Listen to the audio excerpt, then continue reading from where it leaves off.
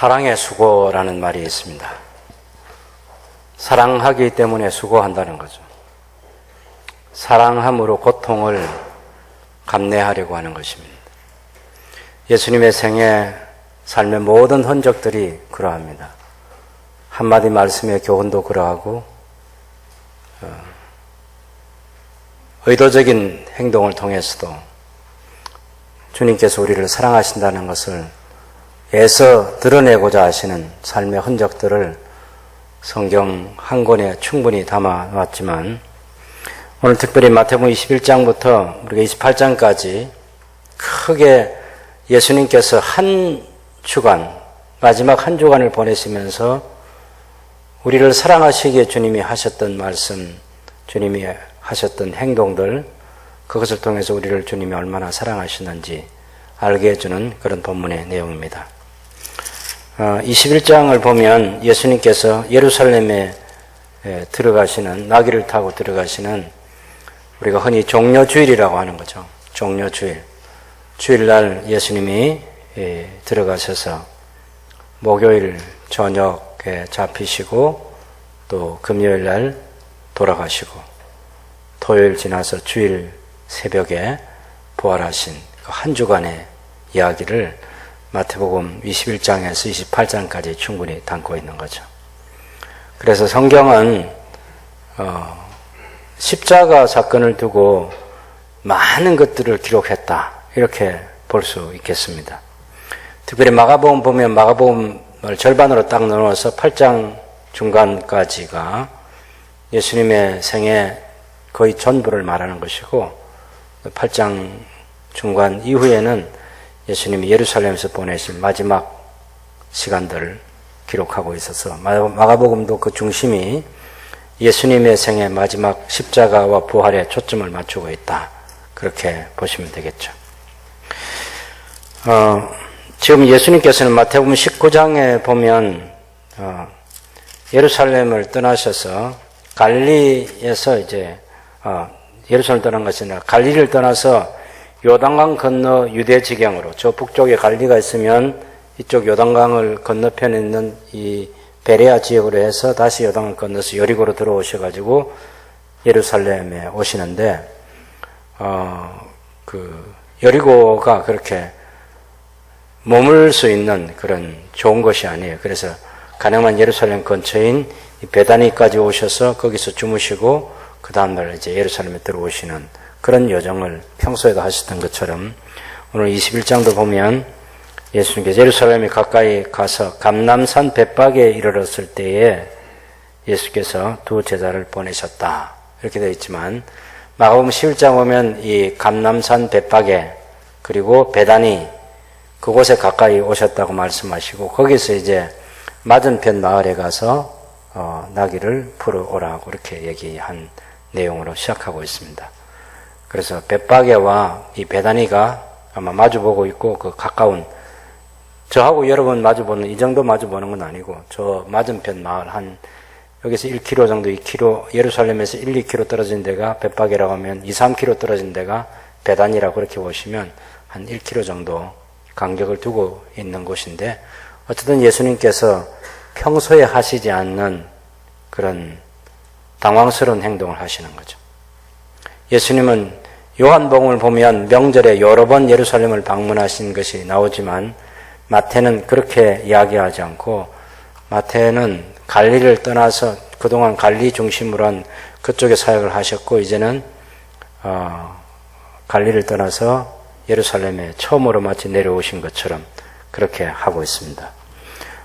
그렇지만 우리가 성경 사복음서 전체를 통해서 보면 예수님이 처음 내려오신 것은 아니고 여러 번 예루살렘 방문했는데 이것이 마지막 방문이라는 것을 알려주고, 그때 예수님이 예루살렘 들어오실 때 전에는 조용히 오시기도 하고 뭐 사람들과 12살 때부터 예수님 예루살렘 방문하셨으니까 정말 많이 방문하셨겠죠. 많이 방문하셨는데 특별하게 방문하시지는 않았어요. 그러나 이번 방문만큼은 예수님이 아주 특별하게, 그것도 어린 나귀를 타고 들어오시는. 그래서 그동안 예수님의 제자들이 성경을 공부했잖아요. 예수님을 통해서 성경을 공부했는데 예언서가 딱 생각이 나는 거죠. 스가랴서 9장 9절과 10절에 있는 말씀이 생각이 나서 호시아나 하고 찬송을 부르면서 이제 이런 전혀 다른 나귀를 타시는 예수님을 향해서 또 겉옷을 벗어서 안장도 만들어 드리고 또 종려나무를 꺾어서 길에 펴서 길을 특별하게 만들기도 하고 그리고 종려 가지를 흔들면서 찬송을 부르는 이런 내용. 그럴 때 예루살렘에 있는 사람들은 다 갑자기 소동이 일어나고 도대체 무슨 일이야? 나귀를 타고 오는 이분이 누구야? 예, 조금 경멸하는 그런 어조로. 갈릴리 사람들에게는 자긍심인 거죠. 몰라? 우리 갈릴리 사람, 우리 동네 나사렛 사람, 선지자 예수야.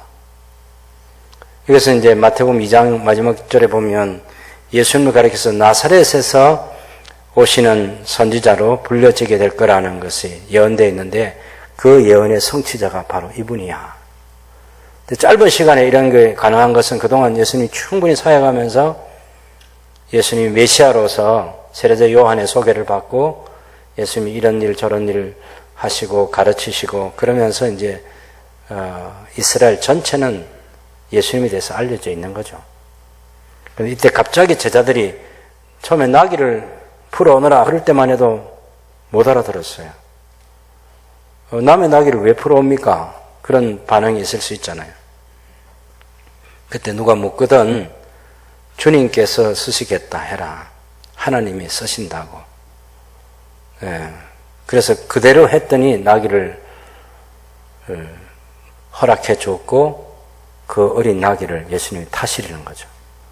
큰 나귀도 있고 어미 나귀도 있고 어린 나귀도 예수님 어린 나귀를 타시는 거죠.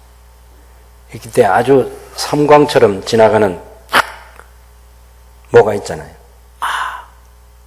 예. 그동안 충분히 분위기는 만들어졌을 테고 그런데 어린 나귀를 타시는 이분 바로 스가랴서 9장에 바로 그분이야. 예. 스가랴서 9장에 보면 어떤 얘기가 나와 있냐면은 시온에 따라 크게 기뻐할지어다 예루살렘에 따라 즐거이 부를지어다 보라 네 왕이 내게 임하시나니 그는 공의로우시며 구원을 베푸시며 겸손하여서 나귀를 타시느니 나귀의 작은 것 곧 나귀 새끼니라. 예수님이 그 스가랴서 9장 9절의 말씀의 성취도 어린 나귀를 타신다. 그동안 메시아 왕에 대한 기대는 충분히 가지고 있잖아요.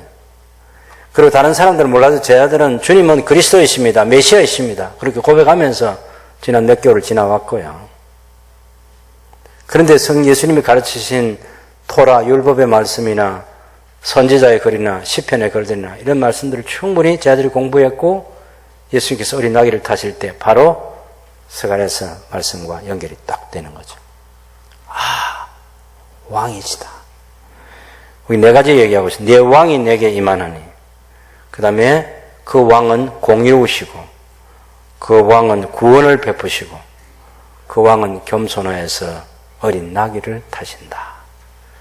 정확하게 예수님과 연결되는 그런 구약의 말씀이 지금 성취되는 거죠. 그래서 막 이제 옷을 펴기 시작하는 거죠. 겉옷을 벗어서 안장도 만들어 드리고 길에도 펴고 나뭇가지도 깔아주고 그러면서 호시아나 하는 외침이 있었습니다. 이 요일로 하면 이것이 종려주일이고요. 종려주일, 오늘 주일을 말하는 것이고 그 다음 이제 그거보다 더 먼저 했던 일이 이제 토요일 날 예수님께서 26장에 보면 나오는데 그 기름 부으시는 한 여인이 예수님께 장례를 미리 준비하는 거 있지 않습니까? 기름을 부어서 장례를 준비하는 이것이 요한복음에 보면 요한복음 12장에 나와 있습니다. 6월절 엿새 전에 이런 일이 있었다 얘기죠. 그 마태복음 26장 6절부터 보면 예수께서 베다니 나병 환자 시몬의 집에 계실 때에 한 여자가 매우 귀한 향유 한 옥합을 가지고 나와서 식사하는 예수님의 머리에 부으니 제자들이 분개해서 무슨 의도로 이것을 허비하느냐. 13절까지 그런 내용이 있습니다. 예수님은 이 여인이 한 일이 복음이 전파되는 모든 곳에서 알려지고 칭찬받을 일이다. 그렇게 격려해 주신 사건입니다. 실제로는 여기 이제 이 본문의 흐름상 여기 들어갈 것은 아니고 성경 기자가 의도적으로 성경의 예수님의 말씀이나 또 예수님께서 행하신 일들, 일어난 일들 그런 것들을 성경을 기록하고자 하는 목적을 따라서 배치를 합니다. 어떤 것은 시간 순서를 따라서 배열을 하는 그런 경우도 있고 어떤 때는 시간보다는 일어난 사건이 서로 연결되어 있어야만 성경을 그 사건을 통해서 말씀하려고 하는 하나님의 뜻이 분명해질 때 시간 간격이 있는데도 그 간격을 좁혀서 똑같이 하는 거죠. 대표적인 것이 우리가 구약 성경 보면 마태복음 열왕기 상 5장에 보면 다윗이 여부스를 정복하고 통일 왕국을 이루는 게 있고 열왕기 상 6장은 통일 왕국을 이룬 다음에 제일 먼저 한 것이 그 언약궤를 메고 예루살렘으로 옮겨오는 일이고 그리고 7장에는 그 언약궤를 옮겨놓고 나서 하나님 제가 성전을 건축해서 하나님께 드리고 싶습니다. 이것을 나라 선제를 통해서 성전 건축해서 봉헌하겠다는 그런 헌신에 대한 얘기를 하고 있지 않습니까? 실제로는 통일왕국을 이루었고 언약궤를 안치하고 그리고는 주변 나라들과 전쟁을 하는 게 8장, 9장, 10장에 나와 있는 거죠. 그런 전쟁이 다 끝난 다음에 태평시대가 주어졌을 때 성전 건축을 할 마음을 다윗이 가졌는데 성경은 그렇게 하지 않고 5장 통일왕국, 6장 언약궤 안치 예루살렘으로 그 다음에 7장은 성전 건축 봉헌 다윗의 뜻을 이렇게 연결시키고 있는 거죠. 성경 기자가 의도적으로 다윗의 마음 중심이 오직 하나님께 집중하고 있었고 다윗 왕국 전체를 하나님의 말씀인 토라를 중심으로 언약의 말씀 중심으로 다스리려고 하는 다윗의 마음이 있었다. 그것을 드러내기 위해서 시간 간격을 무시하고 그렇게 배열을 해 놓은 거죠. 그것처럼 여기 이제 일주일 동안 있었던 이것도 우리가 다른 복음서 마태복음, 마가복음, 누가복음, 요한복음을 다 읽어야만 제대로 사건별로 시간대별로 이렇게 배열이 될 수 있습니다. 그래서 그런 것들을 여러분이 생각하시고 시간 순서보다는 의도를 가지고 어떤 것은 연결시켜 놓고 어떤 것은 띄워놓고 하는 그런 게 있다 하는 것도 생각해 주시면 좋겠습니다. 특별히 마태는 그런 시간이나 지리적인 이동에 대해서 특별히 많은 관심을 갖지 않습니다. 마태는 주된 관심이 사건별로 묶어서 얘기하는데 관심이 있어요.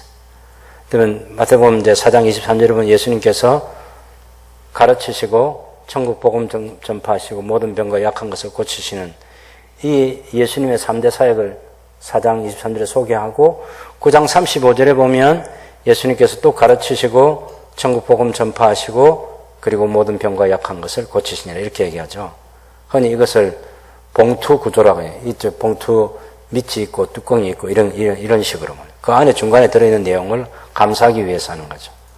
그럼 이 안에 들어있는 내용 이게 중요한 거죠.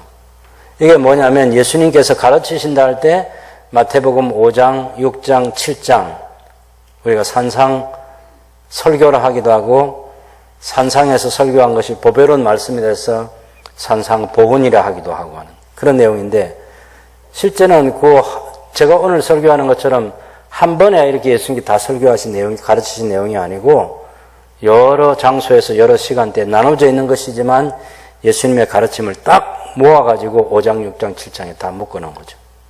그 다음에 예수님께서 치료하시고 병과 약한 것을 고치신 그 내용은 마태복음 8장과 9장에 보면 불치병, 난치병도 고치시고 죽은 자도 살리시고 또 심지어는 바람과 바다도 잔잔하게 하시고 하는 그런 예수님의 능력과 치유하시는 사역에 대해서 8장, 9장에 모아서 얘기하고 있는 것이고 다만 전도하는 것은 평소에 예수님 다른 곳에서 전도하시고 하는 그런 것도 다 기록이 되어 있지만 제자들을 통해서 전도를 더 확장해가는 것은 마태복음 10장에 보면 많은 제자들 가운데서 12를 불러서 사도로 삼으시고 그들에게 전도하게 하시고 그리고 능력도 주시고 그렇게 해서 제자들 가서 전도할 때 전도자의 자세가 어떠해야 된다든지, 또 전도자가 뭘 준비해야 된다든지, 전도 대상자를 누구로 해야 되는지, 그런 것까지 소상하게 예수님께서 말씀해 주시는 거죠.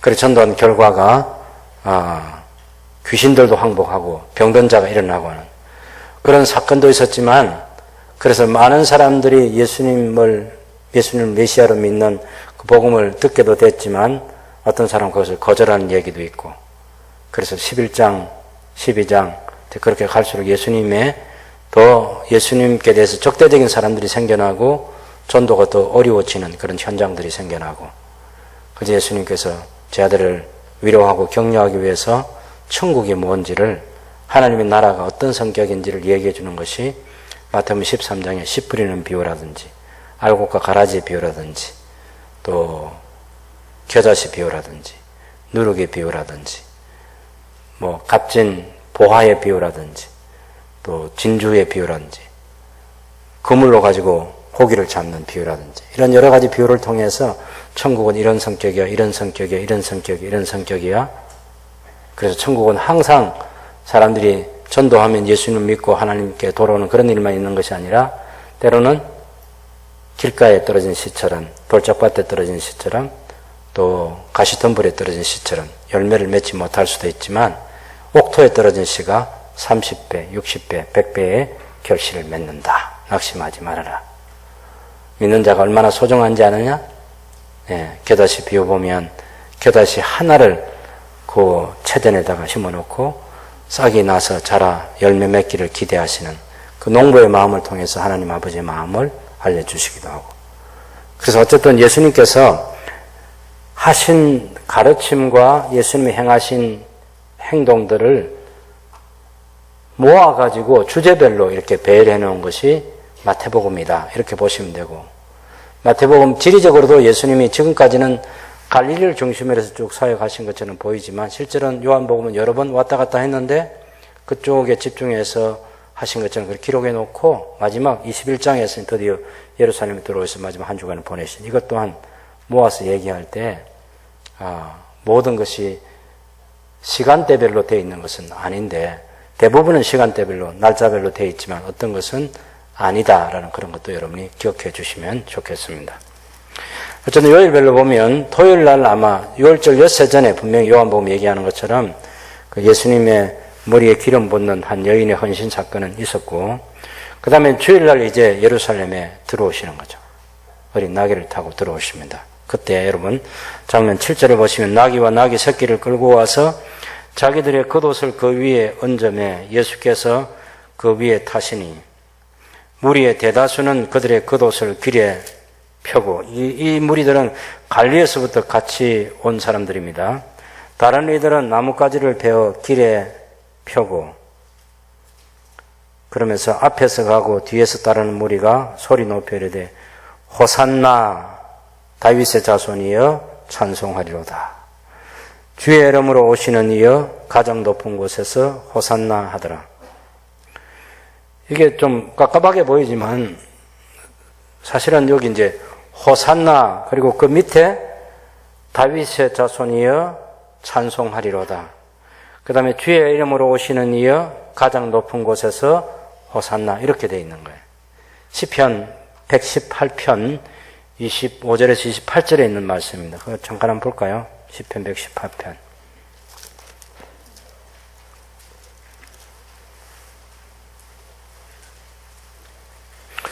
시편 118편 25절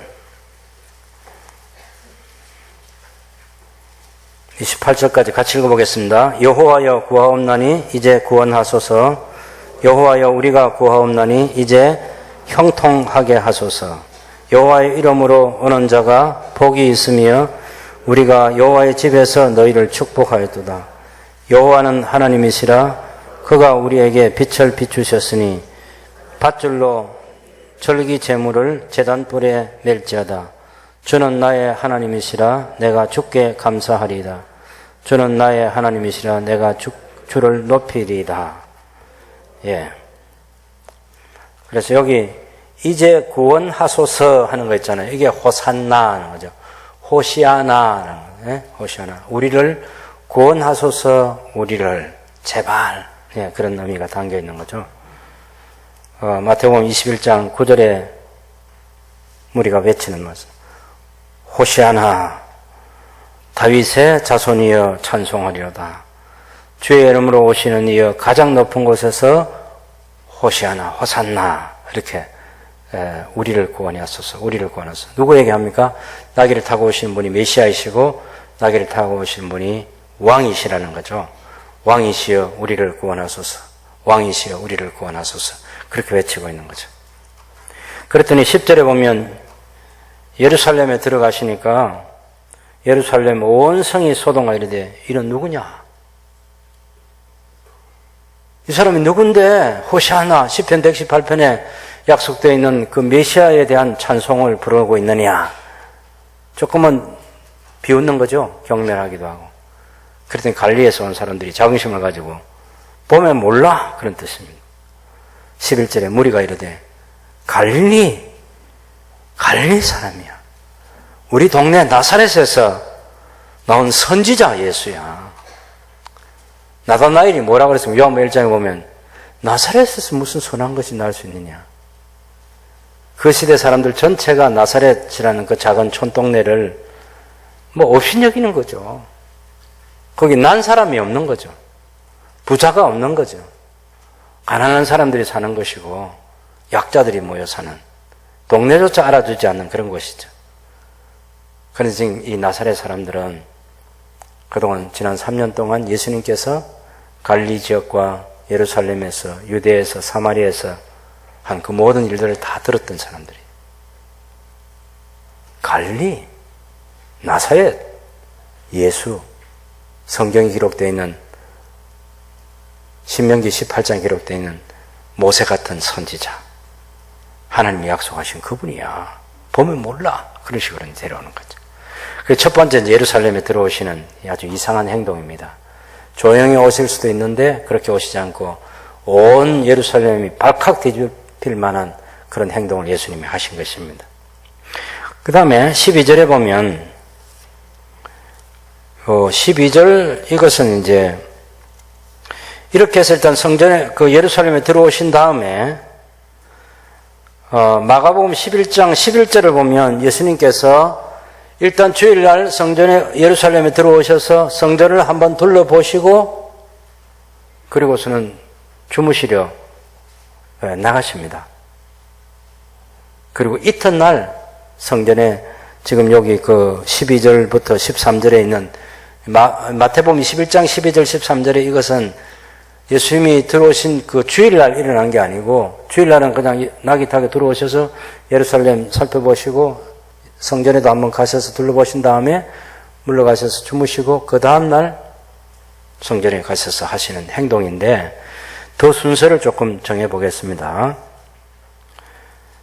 자, 여러분 무화과 나무를 마르게 한 사건이 있잖아요. 18절 19절 보시면 이른 아침에 성으로 들어오실 때에 시장하신지라 길을 가해서 한 무화과 나무를 보시고 그리로 가셔서 잎사귀 밖에 아무것도 찾지 못하시고 나무에 이르시되 이제부터 영원토록 뇌가 열매를 맺지 못하리라 하시니 무화과 나무가 마른지라. 18절 19절은 이 마태복음을 가지고 말하면 순서대로 하면 11절과 12절 사이에 있어야 합니다. 예. 아침에 들어오셔서 아침에 이제 들어오시는데, 예루살렘 다시 오시는데, 시장에서 잎사귀 무성한 무화과나무 열매가 있는가 찾았는데 없어서 일단 영원토록 열매를 맺지 못할 것이다 저주하셨는데 그것이 나무가 마르게 된 거죠. 그리고는 성전에 들어가셔서 막 뒤집어 엎으시는 그 일을 하신 것이고. 그리고 또 이제, 가서 주무시고 그 다음날 들어오시면서 무화과 나무가 마른 그 20절 사건이 있잖아요. 20절, 21절에 그것은 제 아들이 보고 이상히 여겨리 되어 무화과 나무가 어찌하여 말랐습니까? 이것은 그 다음날 있는 거죠. 제가 요일을 한번 정해보겠습니다. 1절에서 11절까지는 주일날, 종려 주일이 있었던 거고요. 그 다음에 18절, 19절은 월요일날 아침에 있었습니다. 이것은 마가복음 11장 12절 14절에 보면 마가복음 11장 11절에 보면 예수님께 저물어서 가서 주무시고 그 다음날 아침에 오시는 이야기가 마가복음 11장 12절 14절에 있습니다.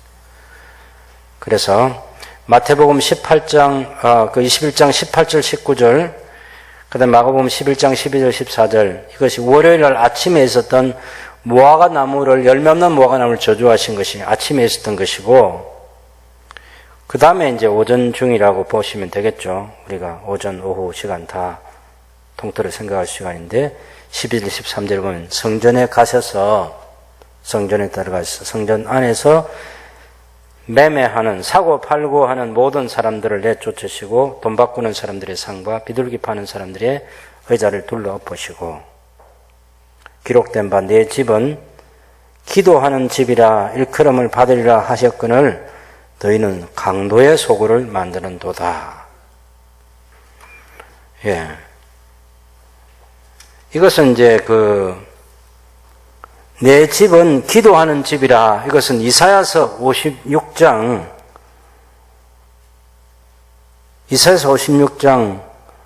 17절에 이사야 56장 7절에 있는 말씀입니다. 그 다음에 너희는 강도의 소굴을 만드는도다. 이것은 예레미야 7장 11절에 있는 이 두 개 성경 두 개를 인용해 가지고 지금 예루살렘 성전 경내인 이방인의 뜰에서 양을 혹은 비둘기를 사고 팔고 하는 행위, 또 그 당시에 로마 화폐나 세계 여러 나라에서 자기들이 살던 곳에서 사용하던 그 화폐를 가지고는 성전세를 못 내요. 성전세는 두로 화폐로만 성전세를 내게 되어 있어요. 두로 세겔로. 그러니까 반드시 와서 돈을 바꿔야만 돼요. 꼭 필요한 일이고요. 저는 두로의 돈을 가지고 했다는 것은 오늘 같으면 달러처럼, 그죠? 어디 꼭 공적으로 결제할 때 우리가 어떤 외국 나라에 무역하고 그럴 때 달러로 결제해야 되잖아요. 지금 이 달러하고 지금 중국이 위안화 가지고 서로 지금 싸우고 있는 거죠. 예. 굉장히 무서운 힘입니다. 어쨌든 그 시대에 두로의 상인들의 통용하는 그 돈이 힘이 있기 때문에 그 돈으로 성전세를 바꾸어서 내야 됩니다. 두 드라크마. 모든 사람이 내야 돼요. 거지도 내야 돼요. 자기 겉옷을 팔아서는 내야 돼요. 성전세.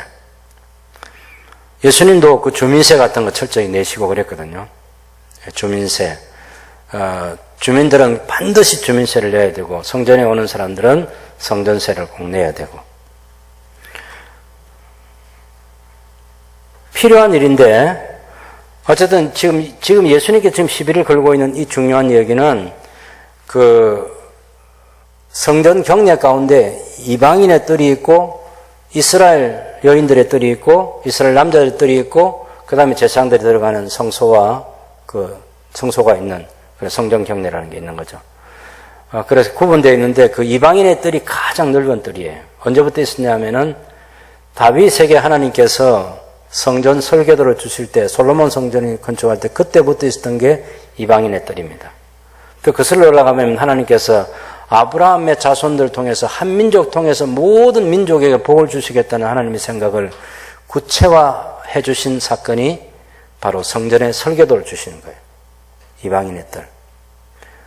그래서 열왕기하 6장에서부터 8장까지 우리가 읽어보면 바로 그 솔로몬이 그 성전 건축해놓고 기도할 때 이방인들이 이곳에 와서 여호와를 구하고 빌면 들어주십시오 하는 그런 기도가 있었지 않습니까?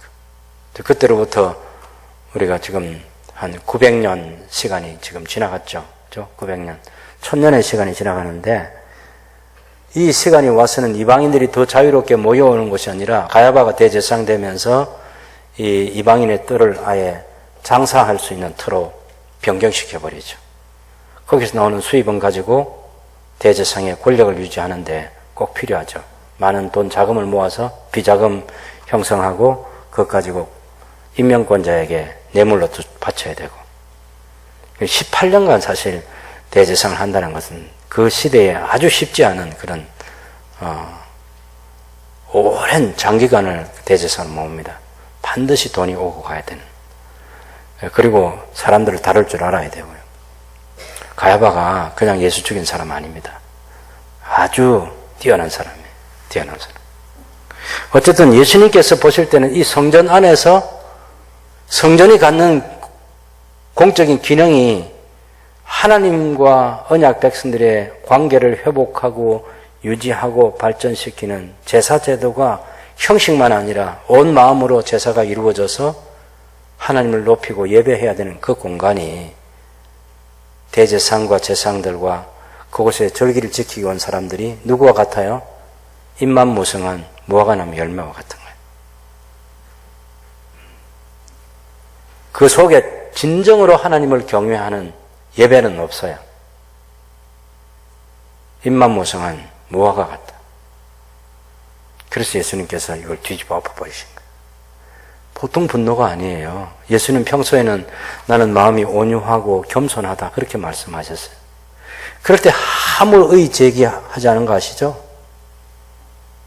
예, 제가 마음이 온유하고 겸손하다 하면 시비 걸 사람이 뭐 가까이서부터 제법 많이 있겠죠. 예. 근데 예수님께서 나는 온유하고 겸손하다. 그럴 때 아무도 반대하지 않았습니다. 그러신 분이 지금 이 마지막 예루살렘 방문에서 어마어마한 분노를 지금 쏟아내시는 거죠. 근데 예수님이 우리는 이 정도 분노하면 하루 종일 한 며칠은 이 감정을 자제하지 못해서 우리가 통제가 안 될 거예요. 근데 예수님은 바로 그날 그 성전에서 14절에 보면 맹인들, 다리 저는 지체장애인들 고쳐주셨어요. 세례자 요한이 예수님에 대해서 소개했던 것처럼 이 메시아는 불러서 심판하는 그런 권세도 있고 또 구원하는 그런 사역도 있는데 예수님이 그 두 가지를 감정의 변화, 감정의 어느 한 감정에 자기 자신을 맡기지 않으시고 아주 건강하게 분노할 건 분노하시고 치료할 건 치료하시는 그런 예수님 모습을 보여주고 있습니다. 그럴 때 이제 대제사장들과 서기관들이 15절에 보면 굉장히 신기가 불편하죠. 어제 지금 그 나귀 타고 들어오실 때 온 성이 소동했다는 그런 소문도 들었고 아이들이 지금 성전에서 지금 예수님 보고 호산나 구원하소서 제발 우리를 구원하소서 다윗의 자손이여 하는 이 말 들으면서 대제사장과 자기들은 예수님을 메시아로 인정 안 합니다. 근데 그런 말을 들을 때 나 아니야. 내가 메시아 아니야. 내가 왕 아니야. 그래야 되는데 그 찬송을 예수님이 다 받아주시는 거죠. 맞다는 겁니다. 그 대제사장들이 질문하는 거죠. 저 아이들 말 듣느냐? 그래, 내가 듣는다. 성경 안 읽어봤냐? 예? 성경에 보면 젖먹이들의 입에서 나오는 찬미를 온전케 하셨다는 그 성경대로 내가 이 아이들이 부르는 이 노래 그것을 성취하고 있는 거야. 내가 메시아야. 예수님은 그렇게 말씀하십니다. 그리고서는 그들을 떠나 성 밖으로 베다니에 가셔서 거기서 요하시고 여기 월요일 날 했었던 일입니다. 월요일 날. 그 다음에 그 18절, 19절은 월요일 아침이고 12절, 13절 그 뒤에는 월요일 그 오전 오후 시간 적당한 시간 생각해 볼 수 있겠습니다. 그 다음에 20절은 화요일 날이에요. 20절. 마른 무화과 나무를 가지고 교훈을 하는 겁니다. 지금. 교훈하는데 무슨 교훈하느냐 하면은 제자들이 예수님께서 말씀하신 대로 무화과 나무가 말랐습니다. 그때 예수님께서는 너희도 믿고 기도하면 내가 마르게 한 이 무화과 나무 정도가 아니고 이 산들을 시온산 그 성전인 시온산 있잖아요. 이 산들을 바다에 던져지라 해도 그렇게 될 거야. 지금 누구에게 초점을 맞춰? 예수님 당신에게 초점을 맞추고 있는 거예요. 자, 보세요. 성전 안에서 해서는 안 될 일들을 하고 있는 사람들에게 예수님이 분노를 쏟으셨어요. 성전 안에서 해야 될 일인 병든 자를 치료하고 약한 자를 세워주는 그 일을 예수님은 또 하셨어요. 메시아에서요. 그 다음에 지금까지는 그 성전이 중심이 됐지만 예수님은 헤롯 성전, 모세 성막, 솔로몬 성전, 스룹바벨 성전, 헤롯 성전이 아니고 참 성전인 나, 예수님 안에서 너희가 무엇이든지 기도하면 응답받는 거야. 이렇게 예수님이 가르쳐 주시는 거예요. 연결이 그렇게 되는 거예요. 연결이. 성전, 이 시대는 끝났다는 거예요. 지금 현재 건물로 보이는 헤롯 성전이 마지막 성전으로서 이 성전 시대는 끝났다. 더 이상 성전 구실 못한다. 24장에 가면 이게 이제 다 돌 위에 돌 하나도 무너지지 않게 되고 다 파괴될 것에 대해서 예수님이 예언을 하시죠. 근데 지금 벌써 이 성전 내에 해서는 안 될 일들을 하는 이걸 보면서 분노를 가지고 상을 뒤집어 엎으시고 채찍으로 사람들을 내쫓으시고 하는 이런 행동을 통해서 예수님은 성전 시대가 끝났다라고 선언하시는 거죠. 그렇지만 참 성전이신 주님 안에서 치유하시는 사역, 참 성전이신 주님의 이름으로 주님 안에서 기도하면 응답되는 일들 계속해서 있게 될 것이다. 그래서 제 아들에게 확실하게 가르쳐 주신 거죠. 그 다음에 이제 그렇게 그 화요일 날 지금 아침에 이제 그 마른 무화과 나무 있는 곳으로 오시면서 이 교훈을 하셨고, 그리고 성전에 들어가서 가르치시는데 대제사장들과 백성의 장로들이 나왔습니다. 이게 화요일 날 있습니다. 무슨 권위로 어제 같은 그런 일을 했고 무슨 권위로 오늘 네가 또 가르치느냐. 성전에서 성전 관리 책임자가 있죠. 예, 제사장들 가운데 누구 허락 받고 대제사장의 허락도 없이 감히 대제사장이 지금 만드는 시장터인데 그걸 뒤집어 엎어버리는 거죠. 그러니 이건 정말 죽을 짓을 한 겁니다. 무슨 권위로 이렇게 했냐. 질문 참 한 질문을 가지고 대단한 겁니다. 그런데 예수님께서는 내가 물어보는데 세례자 요한이 하나님께로 왔는지 사람에게서 왔는지 대답해주면 나도 대답해줄게 그랬어요. 그러니까 그 사람들이 세례자 요한이 하나님께로부터 왔다 하면 세례자 요한이 소개한 예수님 메시아로 받아들여야 되는 거죠. 세상죄를 지고 가는 하나님의 아들이다 우리 소개했으니까. 그래서 하나님에게서 왔다 그 말을 할 수도 없고, 모든 백성들은 세례자 요한은 하나님에게서 왔다 생각하는데 사람에게서 왔다 그렇게 말할 수가 없는 거예요. 대답을 어떻게 했어요? 말 안 하겠다 그랬어요. 25절에 보면 27절에 그죠? 예수께 대답하여 이르되 우리가 알지 못하노라. 우리가 알지 못한다. 이 대답하는 것도 실력이죠. 그죠? 예. 하나님에게서 왔다, 사람에게서 왔다 이렇게 대답하면 수준이 낮은 거죠. 이 상황을 모면하기 위해서 우리가 알지 못한다. 이것 또한 대단한 대답인 거죠. 그래서 질문하는 거, 대답하는 거 이런 거 보면 실력을 하는 거예요. 예수님은 이들의 실력보다 더 월등한 거죠. 예, 당신 권세가 누구에게서 왔냐, 누구 허락 받고 이렇게 했냐 하면 내가 하는 거지 뭐 이렇게 대답할 수도 있지만 그건 수준이 너무 낮잖아. 그래서 세례자 요한을 끌어들여 가지고 세례자 요한이 뭐라고, 세례자 요한이 누구에게서 권세를 가지고 와서 세례를 베풀었냐, 하나님에게서냐 사람에게서냐 물어보는 거죠. 예수님의 실력은 또 월등한 거죠. 이런 예수님의 대답을 들으면서 속이 계속해서 부글부글 할 수밖에 없습니다. 나도 무슨 권위로 이런 일을 하는지 너희에게 이르지 아니하리라. 그래서 예수님께서 비유 3가지를 들려줍니다. 하나는 두 아들의 비유.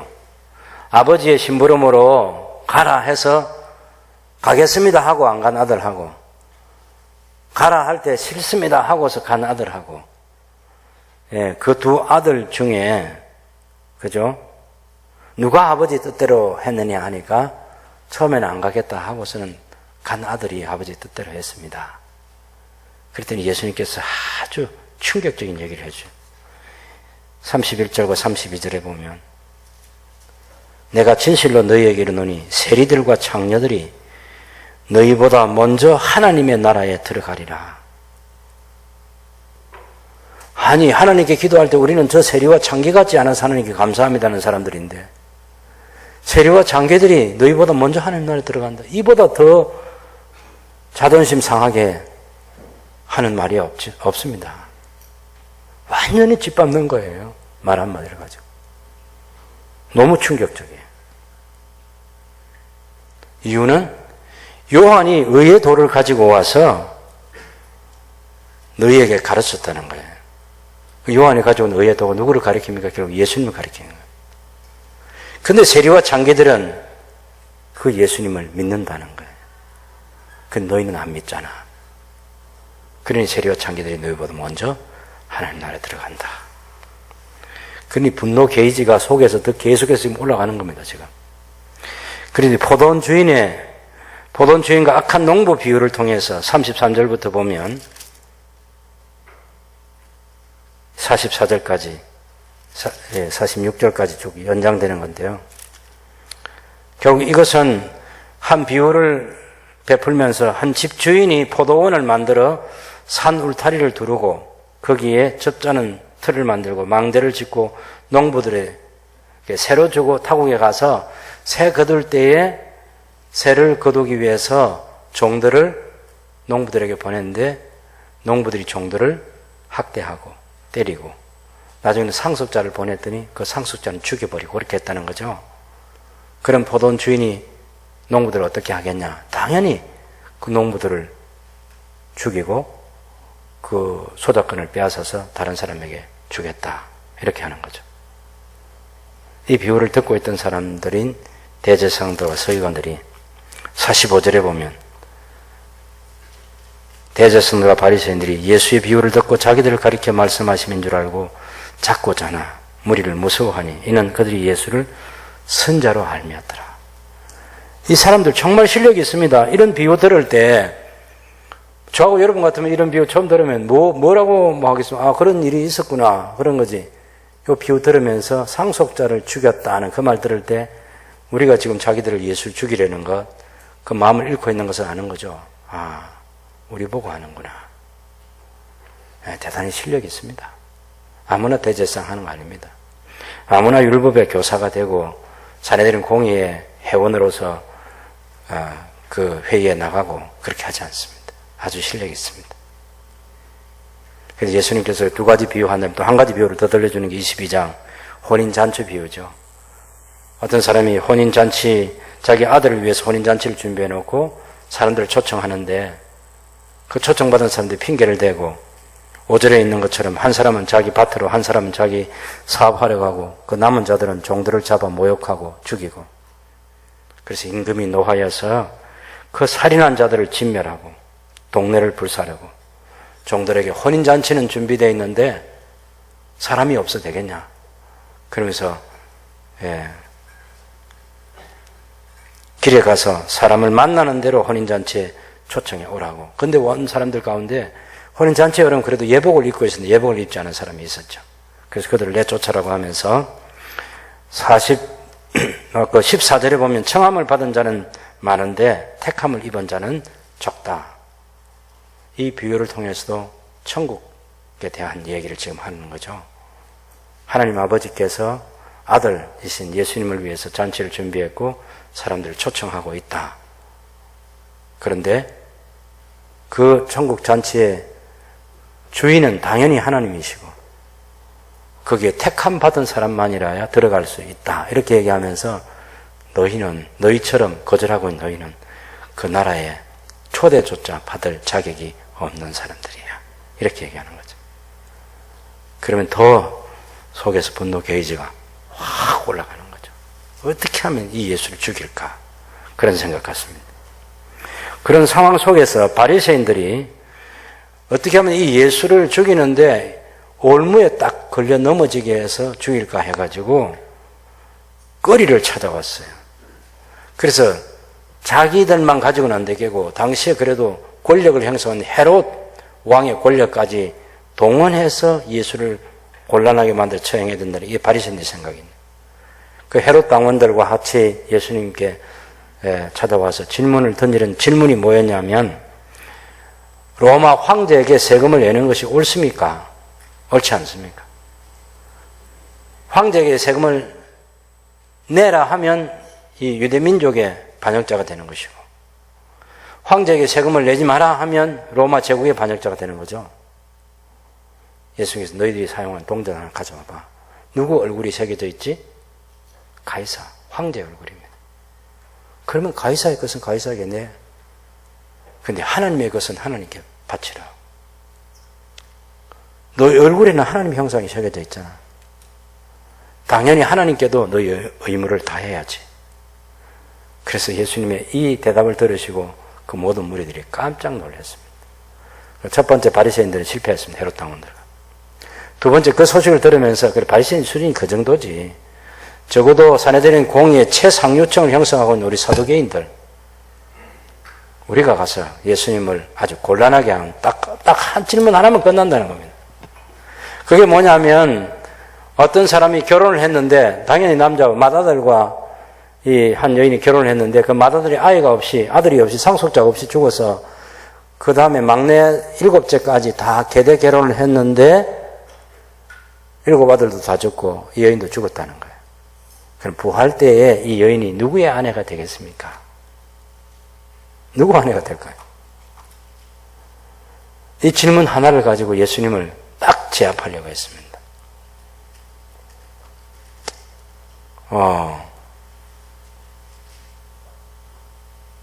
정말 대답할 수 없는 거죠. 예수님께서 사두개인들을 향해서 부활을 안 믿는 사람들, 이 사람들은 부활을 안 믿는데 예수님도 부활을 얘기하죠. 바리새인들도 부활을 얘기하죠. 그래서 부활이 있다 하면 어떻게 7사람하고 결혼했던 사람이 죽은데 누구의 아들이 누구의 아내가 되겠냐? 부활과 말도 안 되는 거야. 그 문제를 가지고 들고 온 이 사두개인들 향해서 그대들이 성경도 하나님의 능력도 오해했다. 성경 모른다 하는 거. 사두개인들이 믿고 있는 모세오경, 창출, 레민, 신 거기서 뭐라고 말하냐? 하나님에 대해서 말할 때 아브라함의 하나님, 이삭의 하나님, 야곱의 하나님 아니냐?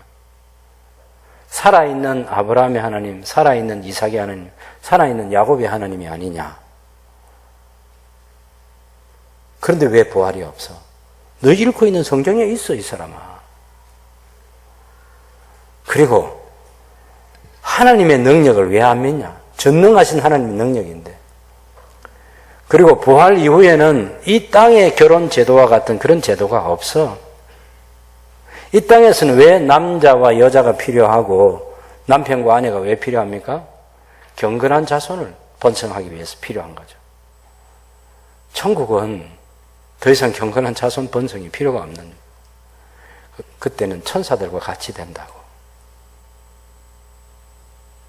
그래서 예수님 이 말씀을 듣고 사두개인들이 할 말을 잃어버렸습니다. 그걸 듣고 바리새인들이 그러면 그렇지, 너희 수준에 어떻게 이겨? 그래서 바리새인들이 모여서 다시 회의를 해가지고 가장 뛰어난 율법학자 한 사람을 보내는 겁니다. 예수님께 보내면서 물은 질문이 뭐냐면 계명 중에서 가장 큰 계명이 무엇입니까? 계명이라면 우리가 말하는 10계명, 제1계명 하나님 외에 다른 신을 두지 말아라, 우상 숭배하지 말아라, 하나님 이름 함부로 부르지 말아라, 안식일을 기억하여 거룩히 지키라, 부모를 공경하라, 살인하지 말라, 간음하지 말라, 도둑질하지 말라, 내 이웃을 해라, 거짓 증거하지 말라, 내 이웃의 것을 탐내지 말라, 이런 계명 말고 계명이라고 하는 전체 계명 속에서 유대인들이 랍비가 분류한 바에 의하면 창세기부터 신명기까지 613가지 법이 있다고 하는데 그 많은 법 가운데서 제일 되는 계명이 무엇입니까? 물어보는 거죠. 예수님은 딱 요약해서 첫째는 마음을 다해서 목숨을 다해 힘을 다해 주는 하나님을 사랑하라. 하나님을 사랑하는 것. 둘째는 이웃을 내 몸과 같이 사랑하는 것. 이것이 율법과 선지자, 구약 성경 전체가 하나님 사랑과 이웃 사랑에 걸려 있는 것이야.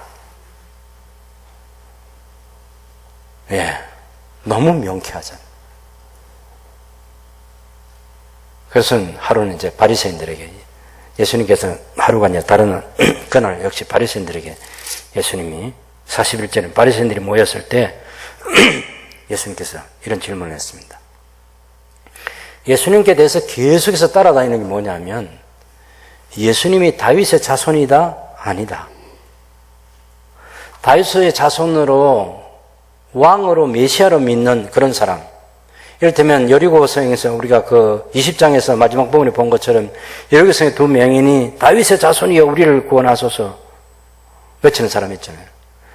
이 사람들은 다윗의 자손을 구세주로 믿는 거예요. 그런데 바리새인들은 예수님을 다윗의 자손이라고 혈통적인 다윗의 자손으로 낮은 수준에서 그리스도를 다윗의 자손으로 이렇게 생각하고 있는 것입니다. 물론 예수님을 다윗의 자손으로 아직도 받아들이고 있지 않지만 바리새인들은 그런 의식은 가지고 있어요. 반드시 그리스도가 오신다. 다윗의 자손으로. 예수님께서 물은 것은 그 다윗의 자손, 그리스도가 누구의 자손이 되겠느냐 하니까 다윗의 자손입니다. 라고 대답을 했어요. 43절에 그래서 예수님 그러면 다윗이 성령에 감동되어 어찌 그리스도를 주라 칭하여 말하되 주께서 내 주께 이르시되 내가 네 원수를 네 발 아래에 둘 때까지 내 우편에 앉아 있으라 하셨도다 하였느냐. 다윗이 그리스도를 주라고 내 주님이라고 칭하였은즉 어찌 다윗의 자손이 되겠느냐. 이야, 이 정말 곤란합니다. 이 시편 110편의 1절에 보면 이런 말씀이 있어요. 거기 보면 다윗의 자손이라는 이 얘기를 여호와께서 내 주께 말씀하시기를 이렇게 되어 있습니다. 여호와께서 내 주에게 말씀하시기를 내가 네 원수들로 네 발판이 되게 하실까지 너는 내 오른편에 앉아 있어라. 여기 그래서 그 44절에 있는 것처럼 주께서 할 때 이것은 여호와께서 그 다음에 내 주께 이러시되 이렇게 번역을 그렇게 해야 되는데 이게 70인역 번역을 가지고 그대로 옮기다 보니까 주께서 내 주에게 이렇게 되어 있어요. 그 구약 성경을 번역하는 번역 성경이 많이 있는데 제가 제일 싫어하는 번역이 뭐냐면 여호와라는 이 단어를 없애버리고 주라고 다 똑같이 번역해버린 거죠. 주께서 내 주께. 주가 누구? 예. 구약에 여호와를 했으면 그 신약 성경에도 여호와를 살려놔야 되는데 살리지 않은 그런 아쉬운 번역이 있어요. 물론 성경을 제가 부인하거나 그런 얘기 아니에요. 구약에서 여호와와 내 주님이 아도나이라는 이 예수님에 대해서 하는 이런 것들은 구분을 해놔야 되는데 구분을 하지 않은 게 아쉽습니다. 어쨌든 다윗이 예수님을 오실 메시아를 가리켜서 내 주님이라고 얘기했다는 거예요. 그런데 어떻게 너희들이 생각하는 것처럼 다윗의 혈통적인 자손으로 그렇게 낮은 그리스도를 생각하느냐? 당연히 예수님은 다윗의 혈통으로 오신 다윗의 자손이고 그리고 동시에 예수님은 다윗의 주님이 되시고 다윗의 하나님이 되시는 분이야. 그 뒤부터 다시는 예수님을 다윗의 자손 가지고 시비 걸지 않습니다. 지금 나귀를 타시고 주일날, 월요일날 무화과나무 마르게 하시고 그리고 성전을 심판하시고 화요일날 무화과나무 마른 가지고 기도에 대한 교훈하시고 그리고 권위에 대한 그런 논쟁들과 여러 질문 받으시면서 대답 잘 하시고 대답을 잘 하셨다는 것은 그 사람들 굉장히 불편하겠다는 얘기입니다. 그리고 비유를 통해서 대제사장과 함께했던 그 권력 집단들이 얼마나 잘못된 사람들인지 충분히 예수님께서 드러내 보이신 거죠. 바리새인들과 헤롯 당원들이 예수님을 넘어지게 하고 세금 바쳐야 됩니까? 말아야 됩니까? 또 사두개인들이 와서 부활 때 7 남자와 결혼했던 이 여자가 누구의 아내가 되겠습니까? 부활을 믿지 않는 걸 가지고 곤란하게 예수님을 만들려고 했던 사람들 예수님이 한 방에 켜우시켰어요. 그리고 예수님께서 다윗의 자손이라는 이 질문 통해서 역질문을 해가지고 더 이상 예수님께 질문을 하지 못하도록 입을 봉쇄해 버렸습니다. 입을 막아 버렸어요. 그럼 뭐가 있죠? 속에는 부글부글 끓어오르는 거죠. 예수를 죽일 생각만 계속해서 하는 겁니다. 근데 중요한 것은 예수님께서 의도적으로 그렇게 하셨다는 거예요. 조용히 예루살렘에 들어가실 수도 있어요. 상대방 기분 상하지 않게 채찍 휘두르지 않고 성전 책임자 만나서 성경에 이렇게 기록되어 있지 않느냐. 기도하는 집이라는데 기도하는 집으로 써야지. 강도의 속을 만들면 되겠냐. 자기도 사람들에게 만날 수 있고 얼마든지 예수님께서 그렇게 해서 합리적인 방법으로 이 성전을 다시 제대로 그 기능을 할 수 있도록 그런 게 하는 방법도 있지 않겠습니까? 그런데 이 정도 충격적인 요법으로 예수님께서 시비를 거는 거죠. 비유를 통해서도 이 대제사장과 함께 있는 사람은 살인자들이다. 그걸 공개적으로 지금 예수님께 드러내시는 거예요. 왜 그렇게 하시죠? 택하신 주님의 백성들을 위해서 십자가를 지시기 위해서 애쓰시는 거죠. 계속 충돌을 하셔서 돌아가시기 위해서 애쓰시는 거예요.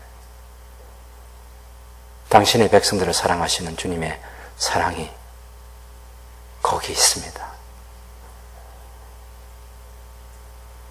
적대자들을 더 만들어가고 다른 사람들의 심기를 불편하게 하고 그렇게 애쓰고 노력하셔서 끝내 십자가를 지시고 돌아가시겠다는 거죠. 하나님의 시간에 하나님의 방법으로. 우리를 사랑하신 주님의 사랑이 거기에 담겨 있습니다. 한 주간 동안 이런 일들을 통해서 우리를까지 사랑하신 주님의 사랑 마음 깊이 생각하면서 주님께 우리도 사랑한다는 고백하면서 살아갈 수 있는 하나님의 사람들이 될 수 있기를 바랍니다.